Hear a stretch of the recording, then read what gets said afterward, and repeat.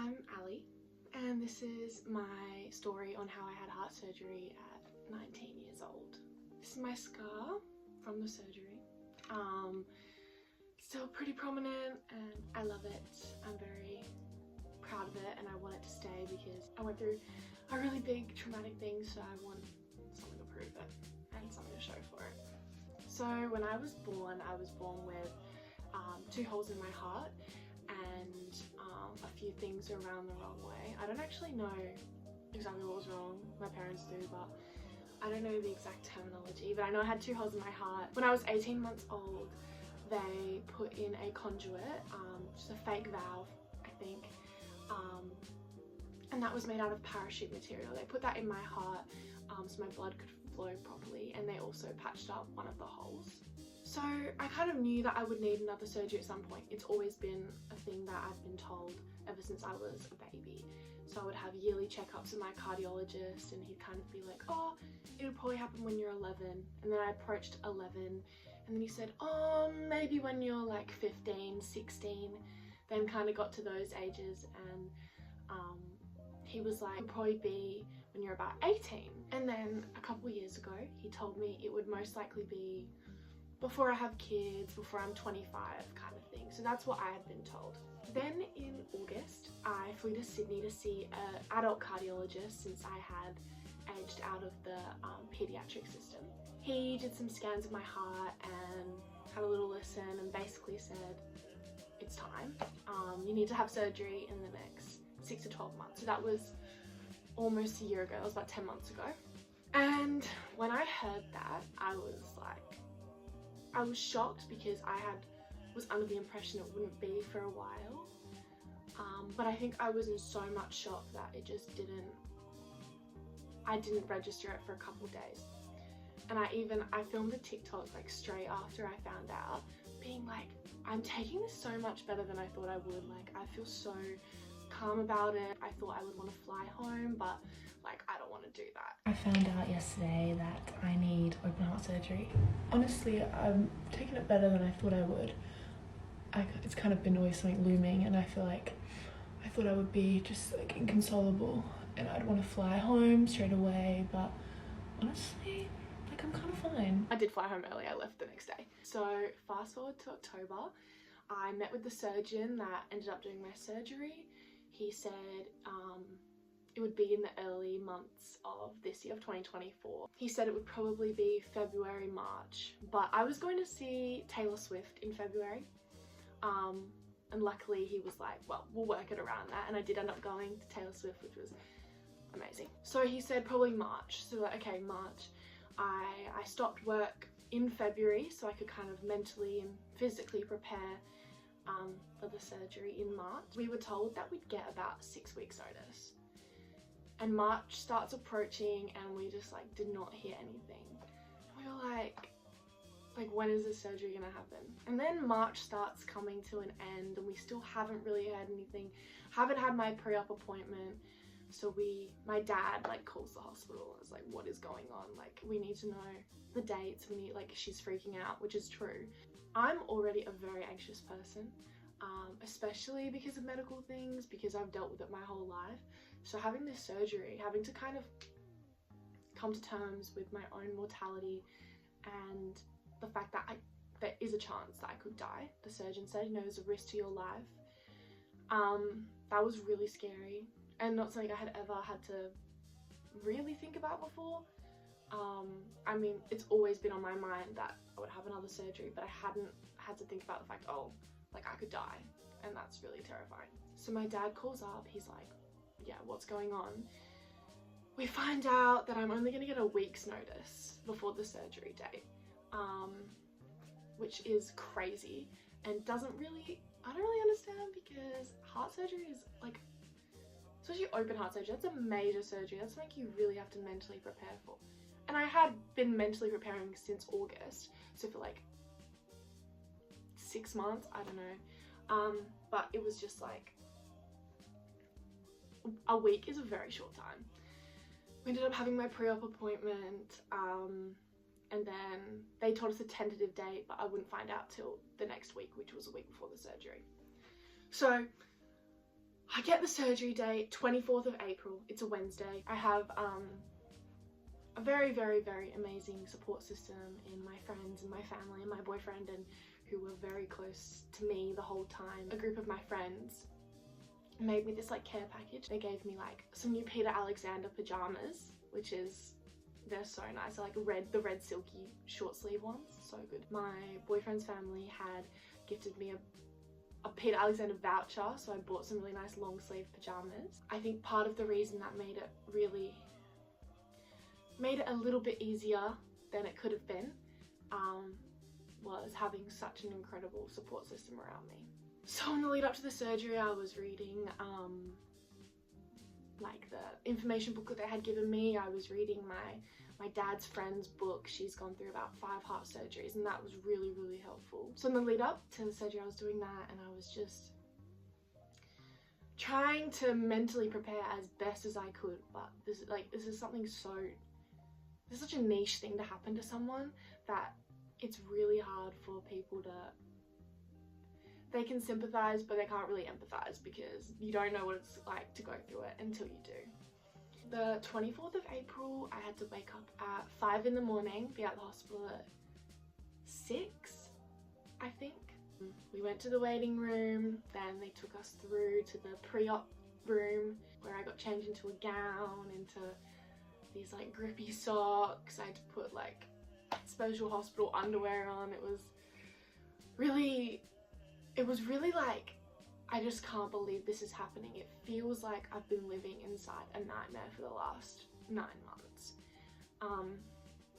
And it's finally coming to fruition, and it was just so terrifying. The whole time that I was like getting changed, like doing all these tests beforehand, and then sitting with my parents in a bed, like I was just bawling my eyes out. I was so scared. And so the nurses gave me some anti-anxiety drugs, which I took, and then I remember taking them. I remember texting my friends and my boyfriend that, you know, I loved them and I was about to go in, and I was sitting with my mum and my dad. Usually they don't let both parents stay, but I think they saw what the state I was in and they made an exception. That is all I remember. My biggest fears beforehand were getting put under, because my last surgery I was 18 months old. I don't remember that, so I was really terrified for that. I was scared my body would fight it, even though I know that's not how it works, but I was just scared of that. I was scared of waking up and then having to take the breathing tube out of my throat. Luckily, I don't remember anything. I don't remember anything after taking that medication. And my dad tells me that I was really lucid walking like to the operation room. He's the one who took me to the operation theatre, and he said I was so lucid, but I don't remember any of it. I have this really faint memory that I don't know if it's a dream or not, of like talking to some doctors in the operating theatre, but I don't know if it's real or not, because I hallucinated so much after my surgery, like when I was in the wards. I don't know what's real and what's not. So my surgery took about 6 hours. The actual surgery I had done was, I had the conduit that was put in when I was a baby, I had that replaced because that was far too small for my heart now. I had that replaced. I had the hole that was still in there, I had that patched and fixed. And my pulmonary artery was narrow, so they made that wider as well. They took me to ICU to warm me up and wake me up. And I took a bit longer than usual to actually warm up, and when they tried to wake me up, I just wasn't responding. When they wake you up from surgery, they're like, hey, like, you're in the hospital, can you, like, you're okay, can you squeeze my hand, can you wiggle your toes? So they asked, can you squeeze my right hand? Apparently I squeezed it. Can you wiggle your right toes? Wiggled them. Can you squeeze my left hand? Nothing. Can you wiggle your left side? Nothing. And turns out, in surgery, I had had a really small stroke, which affected the right side of my brain, which then affected the left side of my body. So I couldn't move my limbs on my left side. So I couldn't move my left side, so they took me in for a CT scan. They sat my family down and said, hey, we're scared that she might be having a stroke or she might have had a stroke. The CT scan that they did found nothing. So they didn't know what it was, but the CT scan said, well, it was nothing. So they said, oh, we'll do an MRI tomorrow just to make sure. I didn't end up having that MRI till the following Monday, like 5 days later, which is pretty crazy in my eyes, but whatever. Had that MRI and it did confirm that I had had a small stroke. I have one memory from the Wednesday. I woke up and I asked to see what my scar looked like. My boyfriend took a photo of it and showed me, and I was like, oh shit.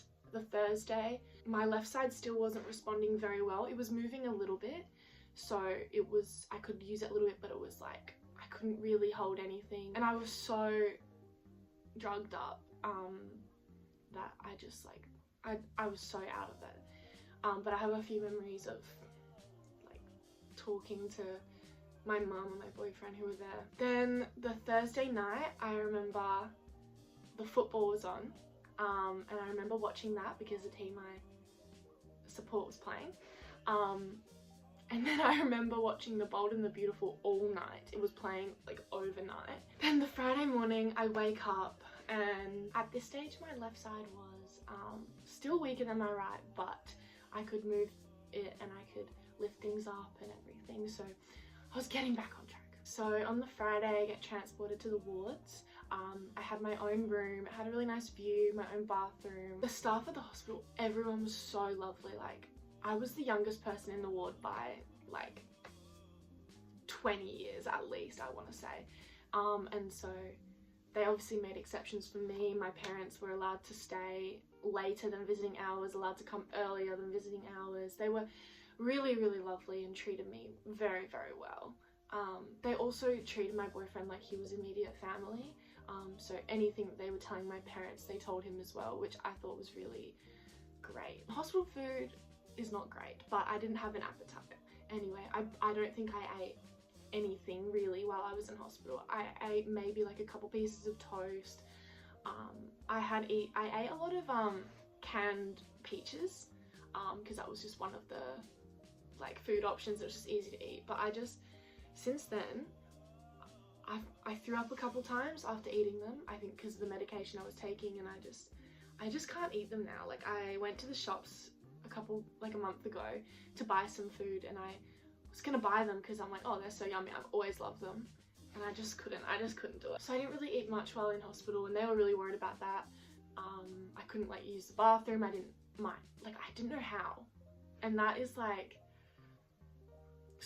so hard to explain, but like those muscles, like I didn't know how to use them. I didn't know how to use the bathroom. Eventually I got the hang of it and it was fine. So I went into hospital on the Wednesday. I left the following Thursday, still with pain, but not as bad as it had been. Then when I came home, the first kind of week, I was with my dad and my grandma came over every day to help me, and I was slowly getting back into learning how to do everything myself. Me and my family thought it would take so much longer to recover because we were told, 6 weeks recovery minimum. And in our eyes, that was for 6 weeks I'd be bedridden, like they would have to help me shower, help me eat, all those sort of things. But it wasn't like that at all. Really, by the end of the first week, I was up, I was making my own food, I was showering myself, I was going on short walks just up and down my street, like maybe 5-10 minutes long. But I was walking. My grandma and dad made me walk every day, and I hated it because I just wanted to stay in bed, but I'm glad because it probably did help my recovery a bit. Had my first like outing with my friends. I went to see Challenges with them, and that was maybe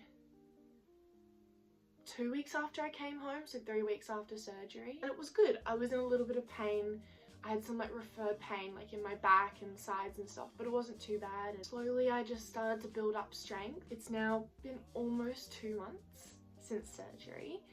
I can drive again, which is such a godsend. I've started going on longer walks and like going and playing basketball with my boyfriend, and getting back into physical activities. I really want to get fit. I've never been someone who's been good at sport or fit, but because I think my heart has held me back a little bit, so I've kind of seen this as an opportunity to get fitter and get good at some sort of sports. Because of the stroke, I had to go to neurophysio, but she cleared me after like 2 sessions, she said that my brain's really good. So that's really awesome. Looking forward, I'm starting uni next semester in about a month and a half. No, about a month. And I'm really excited for that. I want to start tennis again. I used to do tennis lessons a couple years ago and I want to get back into that. I want to start playing netball again. I want to learn to run and I want to enjoy running and go running. I want to start swimming again and going to the gym, and I have a lot of things that I want to do and want to achieve, and I'm very excited because with my new valve and parts, I should be able to do that. Thank you so much for watching. I hope you liked it. If you are gonna have heart surgery or have had heart surgery, I hope that this helps a little bit, because I really could have done with a video like this, seeing someone else's story and how well they've recovered so quickly. I really could have used a video like that before my surgery, so hopefully this can be that to other people.